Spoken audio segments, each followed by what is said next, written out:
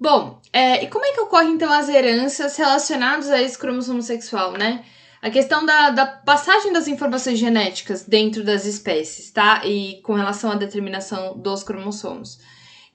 Uma vez que assumimos que a diferença nos genes dos cromossomos em que há um sistema de determinação sexual, onde os machos e as fêmeas possuem cromossomos homogaméticos ou heterogaméticos, podemos determinar que há padrão de herança de características ligadas a esses cromossomos, ou seja, não vai a doença, se eu pensar numa característica, a gente normalmente pensa na doença, né? Igual o daltonismo que está sendo expresso aqui do lado.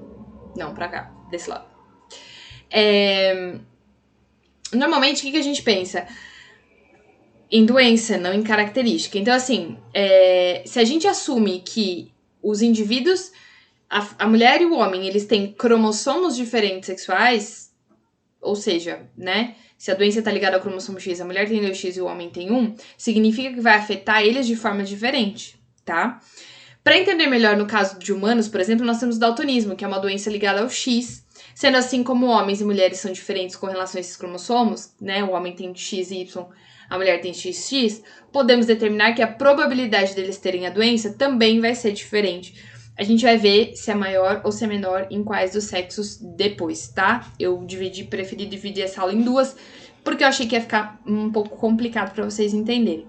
Então, assim, os genes ligados ao cromossomo X e ao seu análogo Z, né, no caso de alguns exemplos que a gente citou anteriormente, são considerados ligados ao sexo, tá?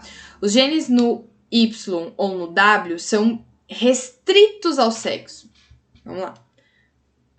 Por que eu falo que o gene ligado ao X é ligado ao sexo?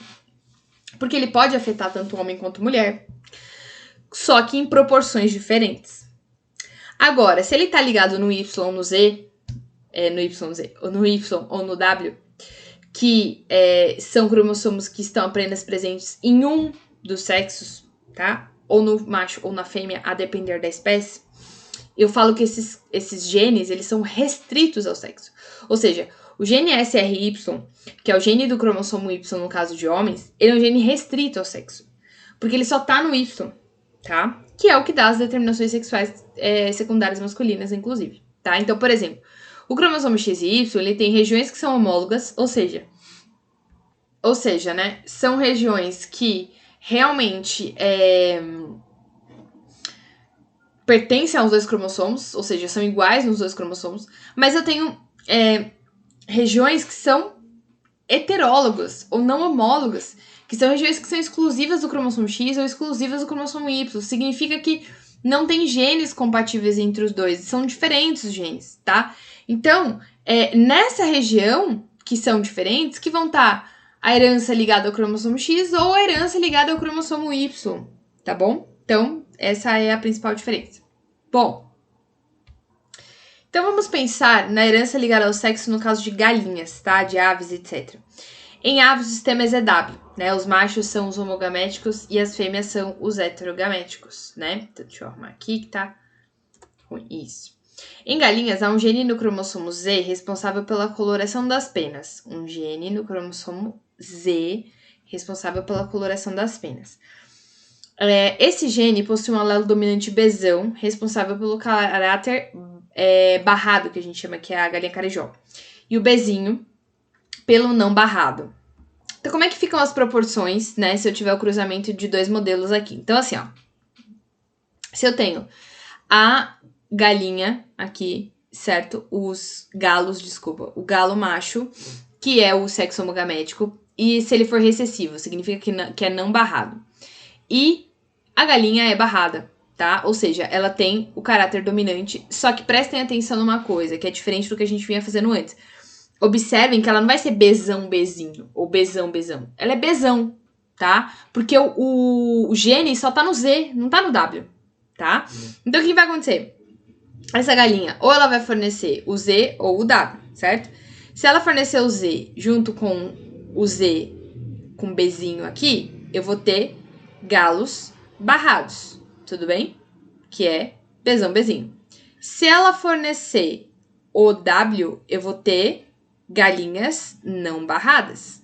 O que acontece é que no final das contas, se a gente olhar o exemplo aqui, eu vou ter metade dos indivíduos que vão ser barrados e metade dos indivíduos não barrados. Até aqui, nada do que fugiu do que a gente já tinha visto anteriormente. Só que eu tenho 1/4 de galos não barrados, 1/4 de galos barrados, 1/4 de galinhas não barradas e 1/4 de galinhas barradas, tá? Então aqui eu já não preciso mais calcular a proporção de qual que é a chance de ser menino ou menina. Porque por causa dos cromossomos eu já sei, tá? Então eu já sei que é macho ou já sei que é fêmea. No caso dos sexuais humanos vai ser a mesma coisa. Se for XX é fêmea. Se for XY é macho, tá?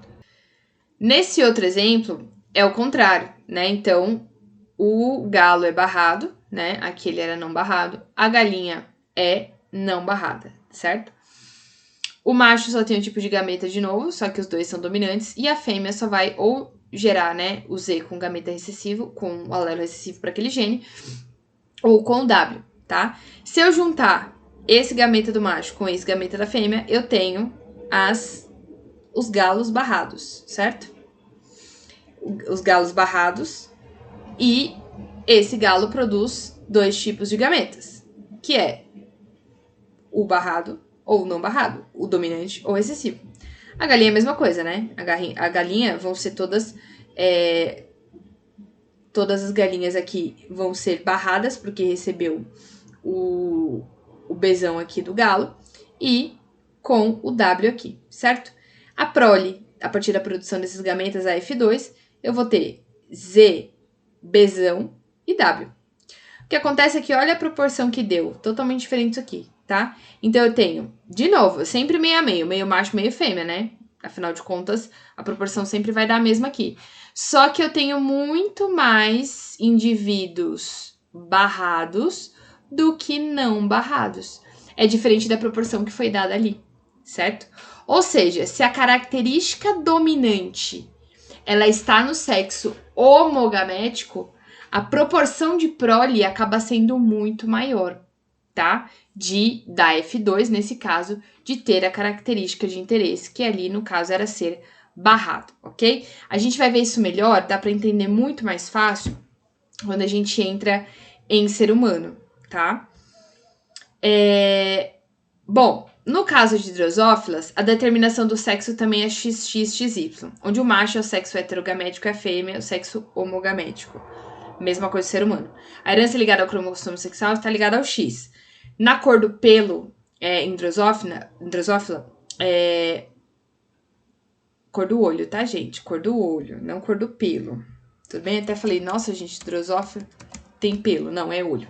A cor do olho em drosófila, os genes condicionam a cor vermelha é dominante sobre os genes condicionam a cor branca, recessivo, tá? Então, se a fêmea, ela pode ser de 2 tipos diferentes, né? Em relação ao fenótipo. Ela pode ser Bzão, Bzão, Bzão, Bzinho, ter olho vermelho, ou Bzinho, Bzinho, ter olho branco.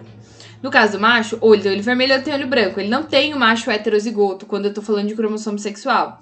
Como as fêmeas têm 2 cromossomos X, elas podem ser tanto homozigóticas quanto heterozigóticas. Já o macho sempre e única e exclusivamente homozigóticos. Tudo bem?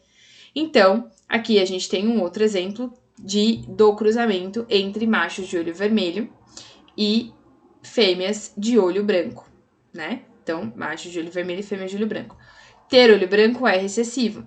Então, se eu juntar o alelo recessivo, dominante do macho, com o alelo da fêmea, eu posso ter fêmeas de olho vermelho, tá? Fêmeas de olho vermelho heterozigóticas, machos de olho branco e machos de olho branco, tá? Por causa da união entre os alelos, tudo bem?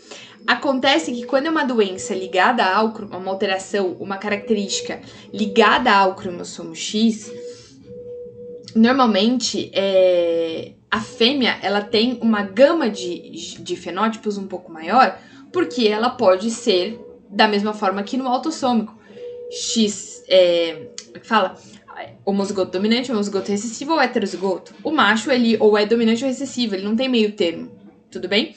Bom, eu sei que o conteúdo é meio complexo, tá? Porém, peço que vocês tentem fazer o exercício da página 34, exercício somente o 1, tá? Dá uma lida no material pra gente vir na live esclarecendo as dúvidas. porque é um conteúdo mais complexo, é um conteúdo mais difícil. Porém, peço que vocês deem uma olhada pra gente tirar as dúvidas na live, tudo bem? Não se esqueçam de colocar os comentários. E aí a gente volta com esse mesmo assunto, trazendo um pouco mais voltado para o ser humano na próxima aula, ok? Então, a partir de agora, bons estudos!